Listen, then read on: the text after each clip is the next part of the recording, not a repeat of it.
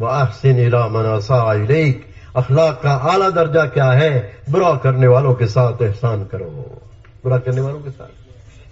ہمارے نبی کے اخلاق اعلیٰ درجے کے تھے۔ اِنَّكَ لَعَلَىٰ خُلُقٍ عَظِيمٍ، اللہ تعالیٰ خود ہی فرما رہے ہیں میرے نبی آپ کے اخلاق تو بہت اونچے ہیں، آپ کے اخلاق تو اِنَّكَ لَعَلَىٰ خُلُقٍ عَظِيمٍ۔ اس راستے میں میرے بزرگوں اخلاق کے اچھا بنانے کی بھی مشق ہے، صبر و برداشت کو بھی سیکھنے کی ضرورت ہے۔ مولانا یوسف صاحب فرماتے تھے اس دعوت کی گاڑی کو پیٹرول چاہیے اور اس گاڑی کا پیٹرول صبر و برداشت ہے۔ کیا ہے؟ یہ گاڑی چل ہی نہیں سکتی بغیر پیٹرول کے، اور پیٹرول ڈالنا پڑے گا تو کس چیز کا؟ صبر و برداشت کا، پھر یہ گاڑی آگے بڑھتی چلی جائے گی۔ ایک وقت آیا ہے صلح حدیبیہ کے موقع پر سب کو روک دیا گیا، شرطیں لگا دی گئیں اور طبیعت پر بڑی بھاری پڑی ساری شرطیں۔ حضرت عمر کہہ رہے ہیں حضور ہم تو وہی عمر ہیں، کیا ہم حق پر نہیں ہیں؟ آپ اتنا نیچے اتر کر کیوں صلح کر رہے ہیں؟ اتنا نیچے اتر کر کیوں صلح کر رہے ہیں؟ اللہ اکبر۔ لیکن صلح حدیبیہ کے بعد جتنا دین پھیلا ہے اور جتنا اسلام کی طرف دنیا آئی ہے کسی موقع پر نہیں آئی تھی۔ اس راستے میں فتح کیا ہے؟ فتح کیا ہے اس کام میں؟ فتح کیا ہے کہ دل جو ہے آدمی جوق در جوق اسلام کی طرف آئیں گے، جوق در جوق اسلام کی طرف پلٹا کھا جائیں گے۔ اذا جاء نصر اللہ والفتح ورأيت الناس يدخلون في دين الله افواجا۔ اس کام کی فتح یہی ہے میرے بزرگوں۔ کسی نے کہا ارے سب کام میں تو سیاست ہے، آپ لوگوں کی تبلیغ میں کچھ سیاست ہے کہ نہیں؟ کہا ہاں بہت بڑی سیاست ہے۔ کیا ساری دنیا کے انسان جہنم سے بچ کر جنت میں چلے جائیں؟ ارے ہے کہ نہیں بڑی سیاست؟ دنیا کا کوئی جھگڑا ہی نہیں، ساری دنیا کے انسان کہاں چلے جائیں؟ جہنم سے بچ کر سب جنت میں چلے جائیں۔ اور جنت اللہ اکبر، ادنا سے ادنا ایمان والے کو اللہ تعالیٰ اس دنیا سے 10 گنی بڑی جنت دے گا۔ اس دنیا سے 10 گز کی زمین میں مکان پر لڑائیاں ہوتی ہیں، اور اللہ جنت میں ادنا سے ادنا ایمان والے کو کتنی بڑی جنت دے گا؟ اس دنیا سے 10 گنی بڑی جنت دے گا۔ حدیث قدسی میں اللہ تعالیٰ نے خود فرمایا ہم نے اپنے نیک بندوں کے لیے ایسی جنت تیار کی ہے کسی کی آنکھوں نے دیکھا نہ ہوگا، کسی کے کانوں نے سنا نہ ہوگا، کسی کے دل کا خیال بھی وہاں تک نہیں پہنچا ہوگا۔ اعددت لعباد الصالحین ما لا عین رأت ولا اذن سمعت ولا خطر علی قلب بشر، ولا خطر علی قلب بشر۔ آدمی کے دل پر خیال بھی نہیں گزرا ہوگا کہ ایسی چیزیں یہاں مل رہی ہیں، ہمیں تو خیال بھی نہیں تھا کہ ایسی چیزیں بھی ہوں گی۔ اللہ ہم سب کو جہنم کی آگ سے بچا لے اور جنت میں داخل کر دے۔ یہ مبارک محنت استقامت دلائے گی اپنے دین پر۔ کیا دلائے گی؟ استقامت دلائے گی۔ عبداللہ ابن حذافہ رضی اللہ تعالیٰ عنہ، حضرت عمر رضی اللہ عنہ کا زمانہ ہے۔ حضرت عمر رضی اللہ عنہ کے زمانے میں جماعت گئی روم کی سلطنت کی طرف۔ ہم لوگ اردن میں ایک راستے سے گزر رہے تھے پہاڑوں میں، تو انہوں نے کہا یہ جو علاقہ ہے آج کل اس پر کوئی بادشاہت نہیں ہے، یہ سب کھنڈر پڑا ہوا ہے، روم کی سلطنت یہی تھی۔ روم کی سلطنت روم کی سلطنت میں عبداللہ ابن حذافہ کی جماعت پہنچی۔ بادشاہ کو خبر ہو گئی، اس نے بلا لیا، بلاہٹ ہو گئی۔ ہاں جی دیکھو ایک کام سن، ایک بات سن لو اچھی طرح سے، اگر تم اپنے نبی کا دین چھوڑ دو تو ہم تمہیں آدھی سلطنت دے دیں گے۔ اب تو وہ بھی نہ رہی، کچھ بھی ہے ہی نہیں وہاں، کیا دیں گے؟ ہم تمہیں آدھی سلطنت دے دیں گے۔ عبداللہ ابن حذافہ رضی اللہ عنہ نے فرمایا اگر پوری سلطنت دے کر اتنی دیر کے لیے جتنی دیر میں آدمی کی پلک جھپکتی ہے اپنے نبی کا دین چھوڑنے کے لیے تیار نہیں، ایسا پکا چھکا جاؤ۔ پوچھ کر جانے والوں پر خوشی ہوتی ہے، ماشاءاللہ پوچھ کے جا رہے ہیں، کتنی عزت کی بات کی، اجازت لے کر استنجا کرنے جا رہے ہیں۔ اللہ ہم سب کو اپنا دین سمجھا دے. ہم لوگ تو نہ اللہ کی رسول کی مانتے، نہ اللہ کی مانتے، نہ اپنے ماں باپ کی مانتے، نہ کسی کی مانتے. ماننے کا معاملہ تو بالکل خراب ہو گیا ہے. اللہ ہمیں ماننے والا بنا دے. اسلام کی روح ہی ماننا ہے. سمعنا واطعنا، جو سن لیا اس کو مان لیا. عبداللہ ابن حذافہ رضی اللہ تعالیٰ عنہ نے جواب دیا کہ اتنی دیر کے لیے جتنی دیر میں آدمی کی پلک جھپکتی ہے، اتنی دیر کے لیے بھی پوری سلطنت دے کر ہم اپنے نبی کا دین نہیں چھوڑتے. کامیابی ہے، کامیابی کا یقین. بادشاہ نے کہا ان کو جلادوں سے کہا ان کو سولی پہ چڑھا دو. سولی پہ لٹکا دیا گیا. جلاد بھی تیر مارتے مارتے تھک گئے، لیکن کہہ دیا گیا تھا تیر مارنا نہیں، دائیں سے بائیں سے اوپر سے نیچے سے تیر کو گزارو تاکہ ان کے اوپر خوف طاری ہو جائے. جلاد بھی تھک گئے، اتار دیا. ہاں جی کیا کہتے ہو؟ کہا وہی کہتے ہیں جو پہلے کہہ چکے ہیں. وہی کہہ رہے ہیں جو پہلے کہہ چکے ہیں. بادشاہ کو خبر دی گئی، کہا دیگ چڑھا دو. بڑی بڑی دیگیں چڑھا دی گئیں. پانی کھول رہا ہے. دیگیں چڑھائی گئیں اور 5-6 قیدیوں کو نکال کر قید خانے سے، جیل میں سے ہاتھ پیر باندھ کر ان کے سامنے کڑھائی میں ڈال دیا گیا. ان کی آنکھوں سے آنسو جاری ہے. لوگ سمجھ رہے ہیں شاید یہ موت کے ڈر سے رو رہے ہیں. بادشاہ کو خبر دی گئی، کہا بلا لو. بلایا، پھر کہا کیا کہتے ہو؟ کہا جی ہم تو اس وجہ سے رو رہے ہیں کہ آج اللہ کے نام پر جان دینے کا وقت آیا تو میرے پاس ایک ہی جان ہے. میرے تو اندر کی تمنا پر رونا آیا کہ اگر اللہ تعالیٰ میرے بدن کے ہر بال میں روح ڈال دے، ہر بال میں جان ڈال دے، تو آج اس کڑھائی میں ساری جان کو قربان کر دوں گا. بادشاہ حیران رہ گیا. کہنے لگا اچھا چلو تم لوگوں کی چھٹی ہو جائے گی، میری پیشانی کا بوسہ دے کر چلے جاؤ. انہوں نے کہا کہ اللہ کا ایک دشمن ہے، اگر اس کی پیشانی کا بوسہ دے کر ہم یہاں سے اس کے فندے سے، اس کے فتنے سے نکل جاتے ہیں تو کوئی حرج کی بات نہیں. اٹھے، پیشانی کا بوسہ دیا، اپنے ساتھیوں کو لے کر مدینے چلے گئے. حضرت عمر رضی اللہ عنہ نے اس جماعت کی کارگزاری سنی. مسجد نبوی میں ان کی جماعت کی کارگزاری ہو رہی ہے. حضرت عمر رضی اللہ عنہ امیر المومنین، ان کا زمانہ ہے، خود ہی کارگزاری لے رہے تھے. کارگزاری لیتے بتاؤ ایمان کو بڑھانے والی کارگزاری ہے کہ نہیں ہے؟ ارے بولو. کارگزاری لیتے جب پیشانی کے بوسے کا نمبر آیا تو کھڑے ہو گئے اور ان کی پیشانی کو چوما. کس کی پیشانی کو؟ عبداللہ ابن حذافہ کی پیشانی چوما. کس نے؟ امیر المومنین حضرت عمر رضی اللہ عنہ. فرمایا آج میں امیر المومنین کی حیثیت سے حکم نافذ کرتا ہوں، جس کی بھی ملاقات عبداللہ ابن حذافہ سے ہوا کرے، سلام بھی کرے، مصافحہ بھی کرے، ان کی پیشانی بھی چوما کرے. ان کی پیشانی بھی چوما کرے. حضرت عمر رضی اللہ عنہ نے حکم نافذ کیا. میرے بزرگوں، کارگزاری ہماری کارگزاری جماعتوں کی حضور اکرم صلی اللہ علیہ وسلم کے زمانے میں بھی ہوئی ہے اور خلفائے راشدین کے زمانے میں بھی کارگزاریاں ہوئی ہیں. کارگزاری سے ایمان بڑھتا نہیں بڑھتا. کارگزاری سے ایمان بھی بڑھے گا. کارگزاری سے علاقوں کا حال بھی معلوم ہوگا. دنیا میں کہاں کہاں کس حال میں لوگ جی رہے ہیں، کیسی زندگیاں گزار رہے ہیں. دین ہے یا بے دینی ہے، وحدانیت ہے یا شرک ہے. میرے بزرگوں اور بھائیوں، دنیا کا حال معلوم ہوتا ہے کارگزاریوں. اللہ جل جلالہ عما نوالہ نے میرے بزرگوں ہمیں محنت دی ہے. اس مبارک محنت کو جتنا سیرت کو سامنے رکھ کر چلیں گے، استقامت کے ساتھ چلنا آسان ہوگا. استقامت کے ساتھ چلنا، ہاں. اور راستہ یہ ہے جتنا چلو گے اتنا ہی سمجھ میں آئے گا.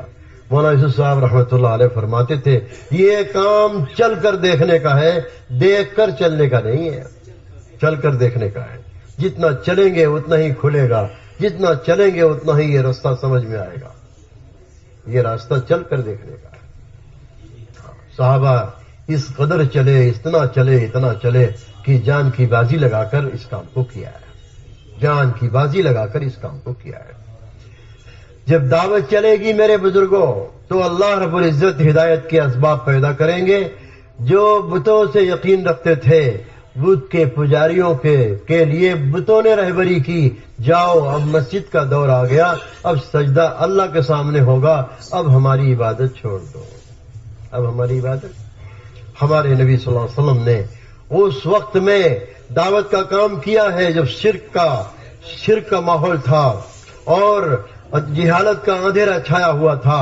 اللہ رب العزت نے اپنے نبی پر دین اتارا ہے جس نے ساری دنیا کے اندھیروں کو اجالے سے بدل دیا ہے۔ جب محنت نہیں ہوگی تو میرے بزرگوں علم کے بجائے جہالت آ جائے گی، گھروں میں بھی اندھیرا گھس جائے گا، گھروں میں بھی اندھیرا گھس جائے گا۔ علم بڑی دولت ہے۔ اللہ رب العزت جاننے والے نہ جاننے والے دونوں برابر نہیں ہو سکتے۔ قل هل يستوي الذين يعلمون والذين لا يعلمون۔ جب محنت کا زمانہ دور ہو جاتا ہے اور پچھلے نبی کا زمانہ دور ہو جاتا ہے تو پھر جہالت آ جاتی ہے، پھر شرک آ جاتا ہے، پھر جو ہے وہ اپنے رستے سے لوگ ہٹنے لگتے ہیں۔ اللہ تعالیٰ پھر دعوت قائم کرتے ہیں۔ ہمارے نبی آخری نبی ہیں۔ ہمارے نبی آپ صلی اللہ علیہ وسلم نے حجۃ الوداع میں فرمایا میرے بعد کوئی نبی نہیں، تمہارے بعد کوئی امت نہیں، لا نبی بعدی ولا امت بعدکم۔ آپ صلی اللہ علیہ وسلم نے فرمایا میرے بعد کوئی نبی نہیں، تمہارے بعد کوئی امت نہیں۔ آپ نے امت کے ذمہ داری ڈالی۔ پوری امت اجتماعیت کے ساتھ اگر محنت کرتی رہے گی تو میرے بزرگوں ساری دنیا کے انسانوں تک صحیح بات پہنچتی رہے گی، صحیح بات پہنچتی رہے گی۔ ابتدا کا زمانہ ہے، آپ صلی اللہ علیہ وسلم کا زمانہ ہے۔ اللہ اکبر۔ آپ صلی اللہ علیہ وسلم نے ایک موقع پر سفر سے واپسی پر ایک جگہ پڑاؤ کیا، ایک آدمی سے کہا آؤ کلمہ خیر لیتے جاؤ۔ آپ نے اسے دعوت دی، اللہ کے سوا کوئی معبود نہیں، میں اللہ کا رسول ہوں۔ اس آدمی نے کہا اس کی گواہی کون دے گا کہ آپ سچے ہیں؟ فرمایا سامنے جو درخت کھڑا ہے درخت گواہی دے گا۔ کھجور کا درخت، ایک روایت میں ہے کھجور کا خوشہ جو لٹک رہا تھا وہ درخت زمین پھاڑتے ہوئے ادھر آ گیا اور کھجور کے خوشے میں سے آواز آئی میں گواہی دیتا ہوں کہ اللہ کے سوا کوئی معبود نہیں اور محمد صلی اللہ علیہ وسلم اللہ کے سچے رسول ہیں۔ خوشے میں سے آواز آئی۔ جب دعوت چلے گی تو حق قائم ہوگا اور درختوں میں سے آواز آئے گی، درخت کے پھلوں میں سے آواز آئے گی۔ جنگل میں بھیڑیا رہنے والا، جنگل کا بھیڑیا وہ گواہی دے گا، دین حق کی رہبری وہ کرے گا۔ جنگل میں بکری چرانے والا چرواہا بکری چرا رہا تھا،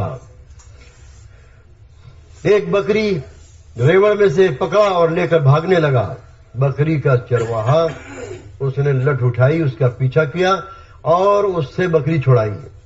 تو وہ کہہ رہا ہے بیٹھ کر کے عربی زبان میں، وہ بھیڑیا کون کہہ رہا ہے؟ بھیڑیا کیا کہہ رہا ہے؟ تم نے میری روزی میرے منہ سے چھین لی۔ عربی زبان میں اس بھیڑیا نے کیا کہا؟ تم نے میری روزی میرے منہ سے چھین لی۔ تو وہ چرواہا کیا کہہ رہا ہے؟ عجیب بات ہے، حیرت کی بات ہے۔ یہ دیکھو نا، بھیڑیا عربی میں بول رہا ہے۔ کون بول رہا ہے؟ اس نے کہا اس سے بھی حیرت کی بات سناؤں، جاؤ یثرب شہر میں اللہ کے سچے نبی ہجرت کر کے آ چکے ہیں اور وہ دین حق لے کر آئے ہیں، پچھلے انبیاء کا ذکر فرما رہے ہیں، وہ سچا دین لے کر آئے، جاؤ ان کا دین قبول کر لو۔ کس نے کہا؟ جن کے ذمہ کام ہے وہ بیٹھے مسجد میں سو رہے ہیں اور جنگل کا بھیڑیا دعوت دے رہا ہے۔ ارے اب تو جاگ جاؤ۔ کون دعوت دے رہا ہے؟ وہ بھیڑیے کے کہنے پر وہ بکری کا چرواہا اپنی بکریوں کو ہانکتے ہانکتے یثرب جا رہا۔ یثرب کا پرانا نام مدینہ منورہ کا پرانا نام ہے۔ کس کا نام ہے؟ وہ بکری کا چرواہا گیا اور اپنی بکریاں بٹھایا، بکریوں کو چھوڑا یہاں مسجد کے باہر اور مسجد میں گیا اللہ کے رسول کے پاس۔ کہیں چھلانگ مار رہے؟ تو تم تو باہر سے آ رہے ہو یہاں اجازت لینے کے لیے؟ اچھا جاؤ 6 مہینہ کا ارادہ کر لو، جاؤ ان کو بھی لے جاؤ 6 مہینے کا ارادہ کر لو، ٹھیک ہے نا؟ جاؤ تو کہاں ہے تمہارے دونوں ساتھ؟ چاہے سو چاہے جاگو، رہو چاہے جاؤ، 6 مہینہ دینے کا فیصلہ کر لو، ہے کہ نہیں؟ بس بات بن جائے گی انشاءاللہ۔ اللہ اکبر۔ اللہ کے رسول صلی اللہ علیہ وسلم کے پاس گیا اپنی بکریاں باہر چھوڑ کر، جا کر اللہ کے رسول سے کہا کہ ایسا ایسا واقعہ ہوا ہے ہمارے ساتھ۔ آپ نے فرمایا کہ یہ کارگزاری تو سب کو سننے کی ضرورت ہے۔ آپ نے سارے مدینے کے مسلمانوں کو مسجد میں جمع کیا، اور یہ اس وقت میں جمع کرنے کے لیے ایک آواز تھی، الصلاۃ جامعہ، الصلاۃ جامعہ، یہ اعلان ہو جاتا تھا، سب مسجد میں آ گئے۔ آپ نے فرمایا چلو جی اپنی وہ بھیڑیے والی کارگزاری سناؤ۔ کیا ہوا؟ پوری کارگزاری صحابہ کے سامنے اس چرواہے نے سنائی، اور بھیڑیے کی بات پر اس نے اللہ کے نبی پر آ کر ایمان لایا، آ کر کلمہ پڑھا اللہ کے نبی کے سامنے۔ جب دعوت چلے گی تو ہر جگہ اسباب ہدایت کے پیدا ہوں گے، اور مولانا یوسف صاحب فرماتے تھے جب دعوت چھوڑو گے تو جو تمہارا ماحول ہوگا وہی تمہارا مذہب ہو جائے گا۔ جب محنت چھوڑو گے تو جو تمہارا ماحول ہوگا، اگر بت پرستی کا ماحول ہے تو تمہارا وہی مذہب ہو جائے گا۔ اگر آدمی دعوت چھوڑ دے گا تو ماحول کا تاثر دل میں پیدا ہو جائے گا۔ اور فرماتے تھے ارتداد فوراً نہیں آتا، ارتداد دھیرے دھیرے آتا ہے۔ معاشرہ بگڑے گا، معاشرہ مرتد ہوگا، پھر اخلاق بگڑیں گے، پھر معاملات بگڑیں گے، پھر معاشرت بگڑے گی، یہاں تک کہ پھر عبادات کا نمبر آ جائے گا، اور عبادات کے کمزور ہو جانے کے بعد تمہارے ذہنوں میں ارتداد گھومنے لگے گا، پھر تمہاری زبان پر ارتداد کا لفظ آئے گا۔ فوراً نہیں آتا۔ بتاؤ محنت ضروری ہے کہ نہیں ہے؟ خالی گھر میں بیٹھے کھاؤ چٹنی کھٹا میٹھا، اسی کے چکر میں پڑے رہو۔ گھر میں رکھا کیا ہے؟ ایک دن کھٹا ایک دن میٹھا، اس کے بعد کچھ نہیں۔ کیا رکھا گھر میں؟ اللہ کے دین کی محنت کے ساتھ چلیں گے میرے بزرگوں، اللہ رب العزت عزت کی روزی عطا فرمائیں گے۔ کیسی عطا فرمائیں گے؟ عزت کی روزی عطا فرمائیں گے۔ حلال کمائی مختصر ہوگی، سب کا نیکیوں پہ دل چاہے گا۔ مولانا یوسف صاحب فرماتے تھے حلال روزی کھاؤ گے نیکیوں کا دل چلے گا، اور غلط روزی کھاؤ گے نیکیوں پر دل نہیں چلے گا، طبیعتیں برائیوں کی طرف جائیں گی۔ حق تعالیٰ جل شانہ من والہ عزت کی روزی عطا فرمائے گا، ایمان بنے گا، اندر میں تقوی پیدا ہوگا، اللہ تعالیٰ آسمان کی برکتیں بھی اتاریں گے اور زمین کی برکتیں بھی ظاہر کریں گے۔ وَلَوْ أَنَّ أَهْلَ الْقُرَىٰ آمَنُوا وَاتَّقَوْا لَفَتَحْنَا عَلَيْهِمْ بَرَكَاتٍ مِّنَ السَّمَاءِ وَالْأَرْضِ، فَتَحْنَا عَلَيْهِمْ بَرَكَاتٍ مِّنَ السَّمَاءِ وَالْأَرْضِ، آسمان کی برکتیں بھی نازل ہوں گی اور زمین کی برکتیں بھی ظاہر ہوں گی۔ تاریخ کی کتابوں میں لکھا ہوا ہے کہ جس زمانے میں ایک زمانہ گزرا جس میں لوگوں کی زندگیوں میں ایمان آیا، تقوی آیا، اور اس زمانے میں اتنی برکتیں ہوئیں کہ ککڑی 11 بارش کی لمبی ککڑی، بغیر انجیکشن والی، انجیکشن لگا کے اس میں پاور دم بھی نہیں ہوتا، کھایا پھس۔ اور تربوز اتنے بڑے بڑے کہ ایک اونٹ پر 2 ہی تربوز باندھا جا سکتا ہے، تیسرے کے رکھنے کی جگہ نہیں، اتنے بڑے بڑے۔ کھجور کی گٹھلی کے برابر گیہوں کا دانہ، کھجور کی گٹھلی کے برابر گیہوں کا دانہ، اور دلوں میں محبتیں، حیات طیبہ کہتے ہی اس کو ہیں کہ دلوں میں محبتیں ہوں گی، سب کے دلوں میں محبتیں ہوں گی۔ ساس کے دل میں بہو کی محبت، اور بہو کے دل میں ساس کی محبت، سب ایک دوسرے کا حق پہچاننے والے، سب ایک دوسرے کا حق جاننے والے، سب ساری زندگی کے معاشرے کے سارے دین کو سمجھنے والے۔ جب سب سمجھنے والے ہوں گے تو معافی مانگنا بھی آسان ہوگا۔ بڑا آدمی بھی چھوٹے سے معافی مانگ لیتا ہے، ارے ہوتا نہیں ہوتا۔ بڑا آدمی بھی تواضع کے ساتھ چھوٹا بن کر معافی مانگ لے گا۔ بڑائی تو صرف اللہ کے لیے، کس کے لیے ہے؟ بڑائی صرف اللہ کے لیے ہے۔ جو روئے زمین پر بڑا بن کے چلتا ہے اللہ تعالیٰ اسے ذلیل کر دیتے ہیں۔ شیطان کو بلند بارگاہ سے گرانے والی چیز اور کچھ بھی نہیں ہے سوائے تکبر کے اور بڑائی کے۔ قرآن کریم میں حق تعالیٰ شانہ نے فرمایا جب آدم کو سجدہ کرنے کا حکم ہوا تو سب تو سجدے میں، اور شیطان عزازیل جو ہے وہ جو ہے سر اوپر کیے ہوئے ہیں. آپ نے اللہ تعالیٰ نے فرمایا خود وہ جانتا ہے کہ کون پوچھ رہا ہے، پوچھنے والا اللہ ہے، کیوں نہیں سجدہ کیا؟ کہا آپ نے آدم کو مٹی سے بنایا ہے اور مجھے آگ سے بنایا ہے. آگ کی صفت ہے لہریں اوپر جاتی ہیں، اور مٹی کی صفت ہے جہاں پھینکو زمین پہ، جہاں گڑاؤ زمین پہ. یہ جواب دیا ہے. تو تعالیٰ شانہ نے کیا فرمایا؟ ابا واستکبر وکان من الکافرین. دل میں بڑائی تھی، اللہ نے اسی کا امتحان لینے کے لیے فرشتوں سے الگ کر دیا، الگ کرنے کا ارادہ کر لیا. یہ فرشتوں کے ساتھ رہنے کے قابل نہیں ہے، فرشتوں کے ساتھ رہنے کے قابل نہیں. ابا واستکبر وکان من الکافرین.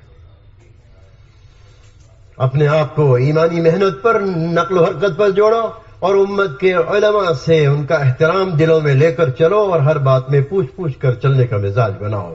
پوچھ پوچھ کر چلنے والے جنت کے راستے پر لگ جاتے ہیں. جنت کے راستے پر حضرت مولانا یوسف صاحب رحمۃ اللہ علیہ کا ایک بیان حج کے سفر میں حضرت کے ساتھ ہم لوگ مکہ مکرمہ میں سن رہے تھے. علم کی اہمیت، علم کتنی بڑی دولت ہے، جاننے والے نہ جاننے والے دونوں برابر نہیں ہو سکتے. اللہ رب العزت اپنے ایمان والے بندوں میں سے علم دے کر ان کو بلند مقام پر پہنچاتے ہیں. علم دے کر اللہ تعالیٰ ان کو بلند مرتبہ عطا فرماتے ہیں. علم بڑی دولت ہے. مولانا یوسف صاحب رحمۃ اللہ علیہ نے بیان میں یہ چیز دہرائی کہ ایک مرتبہ شیطان کا جلسہ ہو رہا تھا. کس کا؟ شیطان کا اجتماع اور جلسہ ہو رہا تھا. کارگزاری ہو رہی تھی، کیا کر کے آئے؟ کسی نے کہا حج چھڑوایا، کسی نے کہا نماز چھڑوائی، کسی نے کہا یہ چھڑوایا، کسی نے کہا زکوٰۃ چھڑوائی. ایک نے کہا کچھ لڑکے دین کا علم سیکھ رہے تھے، ہم نے ان کو اس راستے سے ہٹا دیا. شیطان نے کہا واہ واہ واہ واہ واہ واہ. لوگوں نے کہا اتنا ہم نے لوگوں کو سب اتنا ہماری کارگزاری اونچی ہے، اور یہ کچھ بچوں کو، کچھ لوگوں کو علم دین کے راستے سے ہٹا دیا. یہ کیا ہوا؟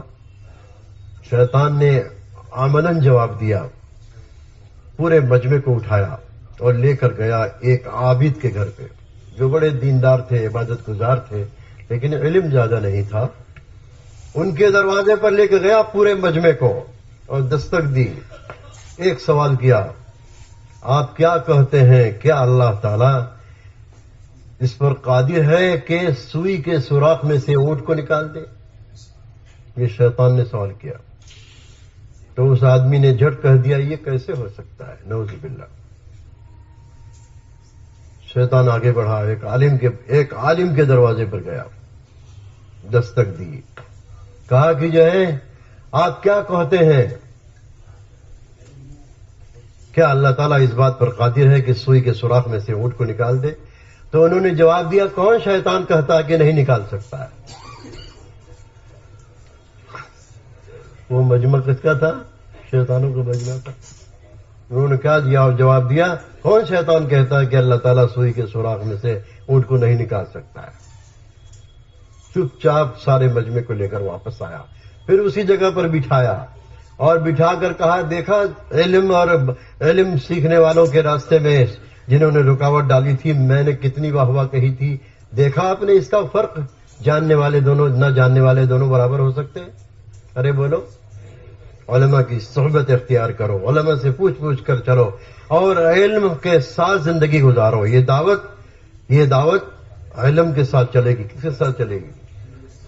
گشت میں بات بھی ایمانی بات علم کے ساتھ چلے گی. علم کے ساتھ، علم سے یہ کام جڑا ہوا ہے. حضرت محمد صلی اللہ علیہ وسلم کو جو دین دیا گیا ہے میرے بزرگوں، اس کا مستقل ایک پوری تعلیم ہے، پوری تعلیم ہے میرے بزرگوں. اس لیے میرے بزرگوں اس مبارک کام میں ہمیں چلنا ہے ایمان اور علم کے ساتھ. کس کے ساتھ؟ ہاں، اس کی مثال دی ہے اللہ کے نبی صلی اللہ علیہ وسلم. مثال دی ہے کہ ایمان اور علم کی مثال دی ہے بادل سے. بادل چلتا ہے، بادل ہمیشہ دیکھیں گے چلتا رہے گا. بادل چلتا ہے اور بادل کے راستے سے زمین پر وہاں پانی پہنچ جاتا ہے جہاں زمین کے راستے سے آسانی سے پانی نہیں پہنچایا جا سکتا ہے. اللہ کے نبی نے ایمان اور علم کی مثال بادل سے دی ہے. جتنا محمد صلی اللہ علیہ وسلم کی تعلیمات کے ساتھ نقل و حرکت پر امت کے علماء بھی اور امت کی عوام بھی میرے بزرگوں نقل و حرکت پر ہوں گے، بادل سے جیسے مردہ زمینیں زندہ ہوتی ہیں ایسے ہی بعد جو ہے اس نقل و حرکت سے مردہ دل زندہ ہو جائے گا۔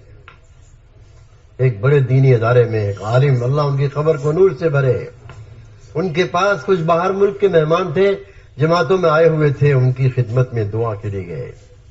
ہم دعا کے لیے خدمت میں حاضر ہوئے ہیں۔ فرمایا ہم کیوں نہ تمہارے لیے دعا کریں گے، تمہارے چلنے پھرنے سے جنگلوں میں رہنے والے لوگوں کو اللہ کا نام لینے کی طاقت مل رہی ہے، ہم کیوں نہ تمہارے لیے دعا کریں گے۔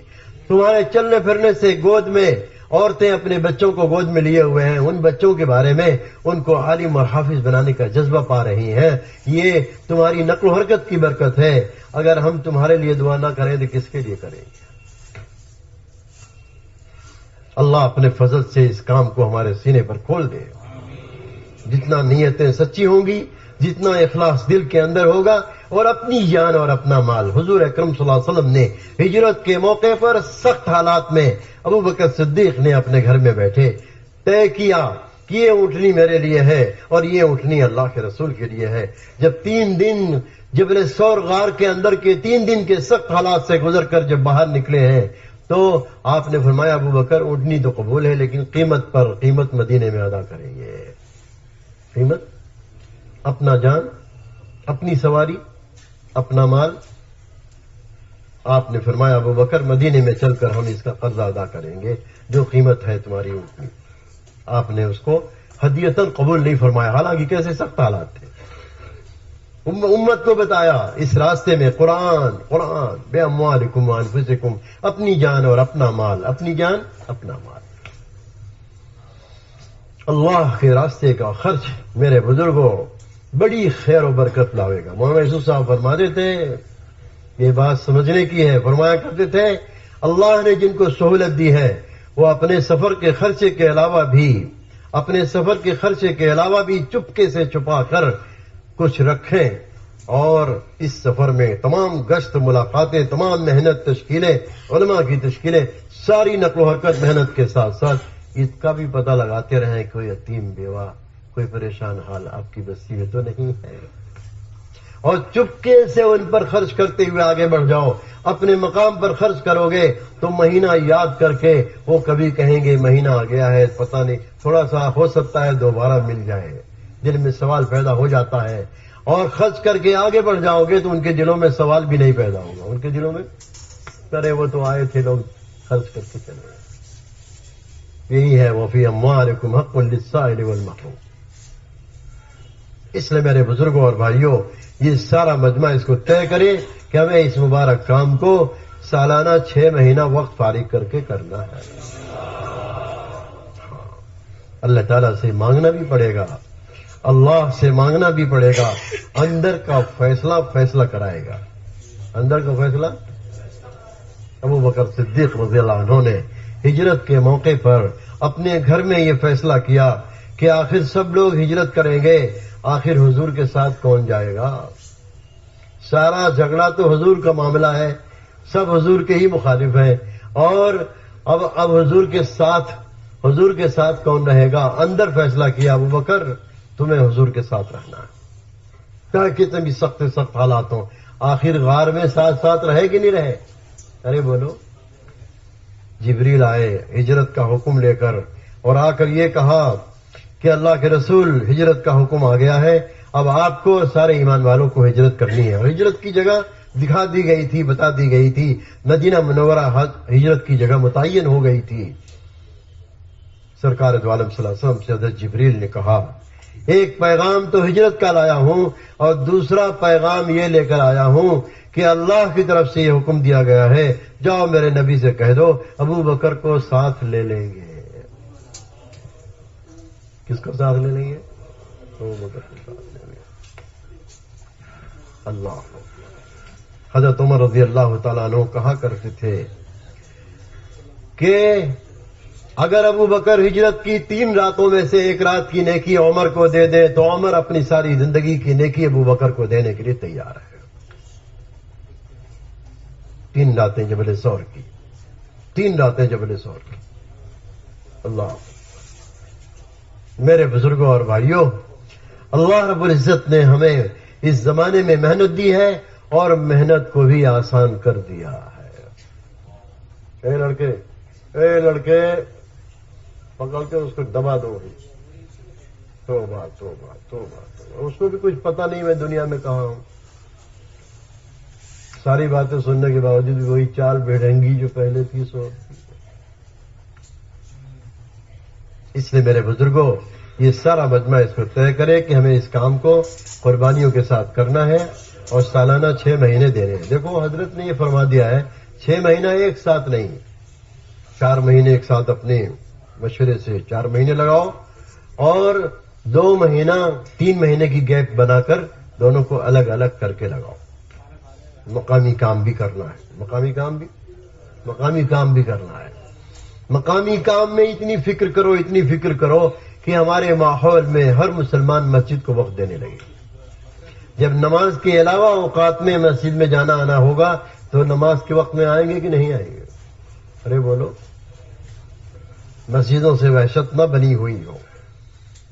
ایک یہودی عالم نے آ کر سرکار سے پوچھا جگہوں میں سب سے اچھی جگہ کون سی ہے؟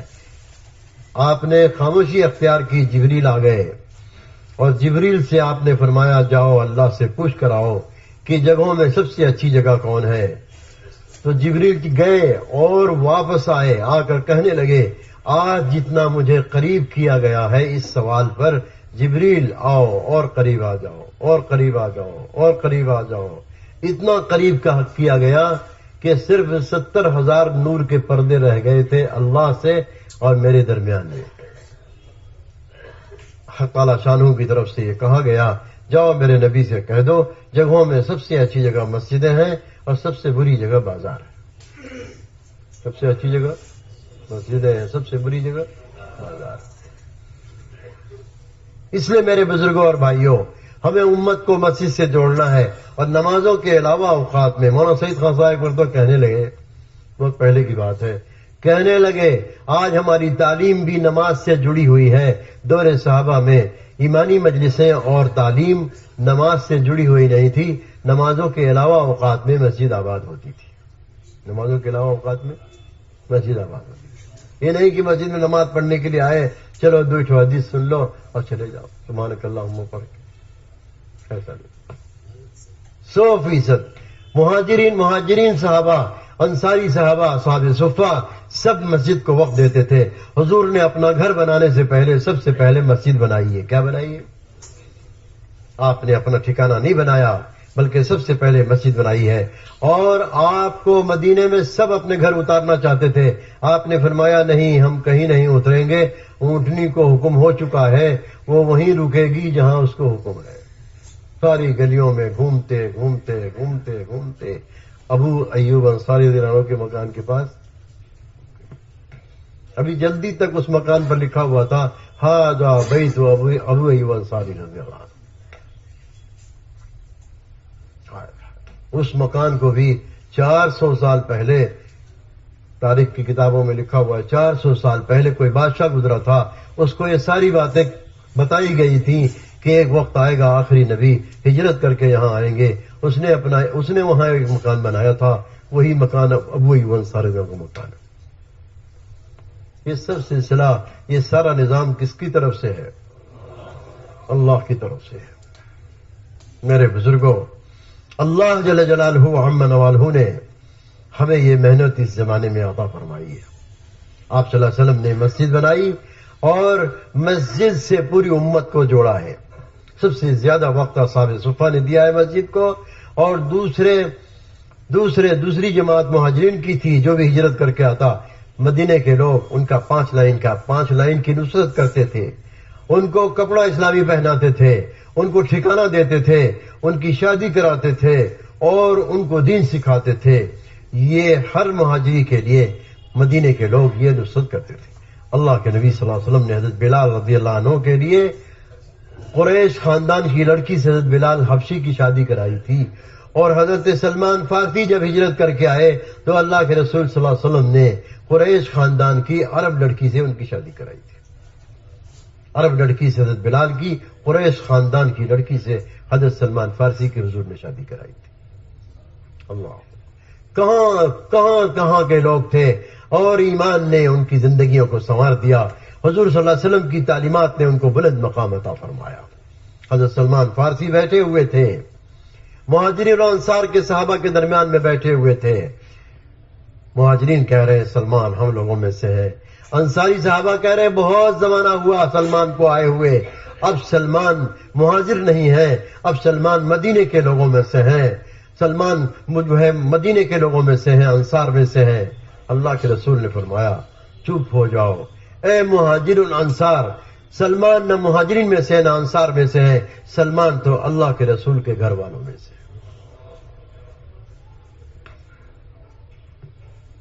اللہ کے یہاں شکل صورت نہیں دیکھی جائے گی، خاندان قبیلہ نہیں دیکھا جائے گا. جس کے دل میں تقوی زیادہ ہوگا وہی باعزت ہوگا، وہی عزت والا ہوگا. آپ صلی اللہ علیہ وسلم نے مسجد سے پوری امت کو جوڑ کر تربیت فرمائی ہے. صحابہ کو جتنا دین ملا ہے مسجد کے ماحول سے ملا ہے، صحابہ کو جتنا دین ملا ہے اللہ کے راستے کی نقل و حرکت سے ملا ہے، اور اللہ کا کلمہ سارے عالم میں بلند ہوا. حجت تام ہوئی اس زمانے کے لوگوں کے لیے. کوئی یہ کہنے والا نہیں ہوگا کہ ہم کو کوئی بتانے والا نہیں آیا تھا، ہم کو کوئی سمجھانے والا نہیں آیا تھا. حجت تام ہوئی ہے اور پورا کا پورا دین صحابہ کی زندگیوں میں آیا. ایک وہ وقت تھا سورہ اقرا نازل ہوئی جبل حرا پر، جہاں آپ نبوت سے پہلے زیادہ وقت گزارا کرتے تھے، اور ایک وہ وقت آیا ہے دین مکمل کر دیا گیا.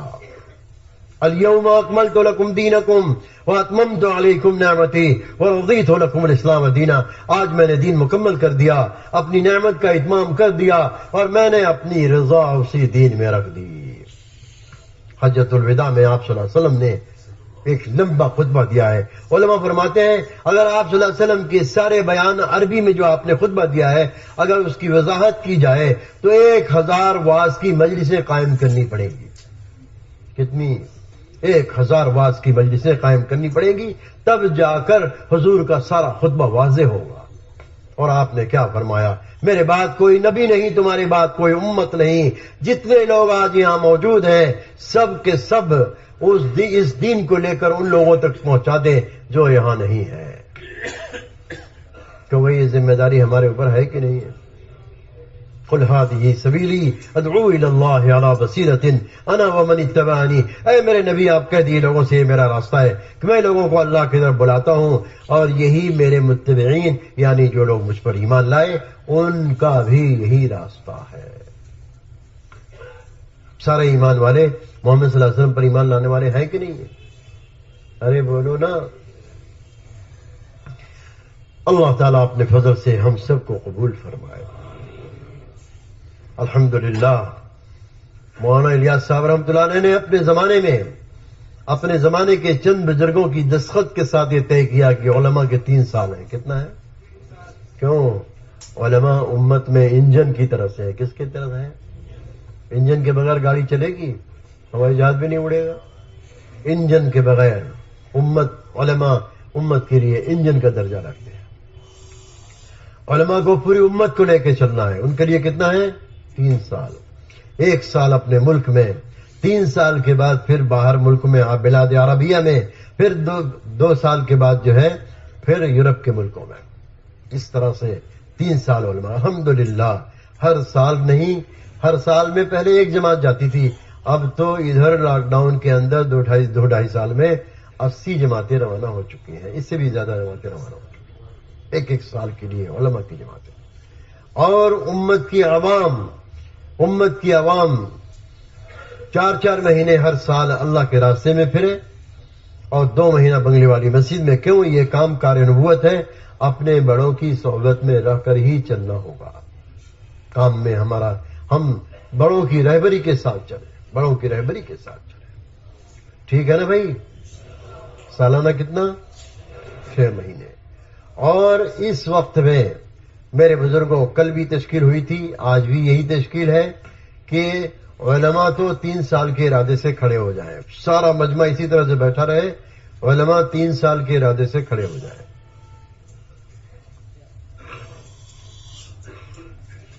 نقد جو دوسرے سال کے لیے آئے ہیں وہ موجود ہیں یہاں؟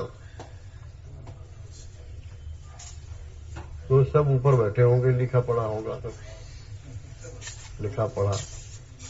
ہاں جی، اللہ قبول فرمائے. مجمع میں سارے حضرات اس کو طے کریں کہ ہمیں سالانہ 6 مہینے لگانا ہے. اس وقت میں جو لوگ نقد 4 مہینے میں چل رہے ہیں، یا جماعت آئی ہوئی ہے 4 مہینے کی، یا 40 دن کی جماعت ہے، 40 دن کی جماعت، ایسے ساتھی ذرا کھڑے ہو جائیں. نقد والے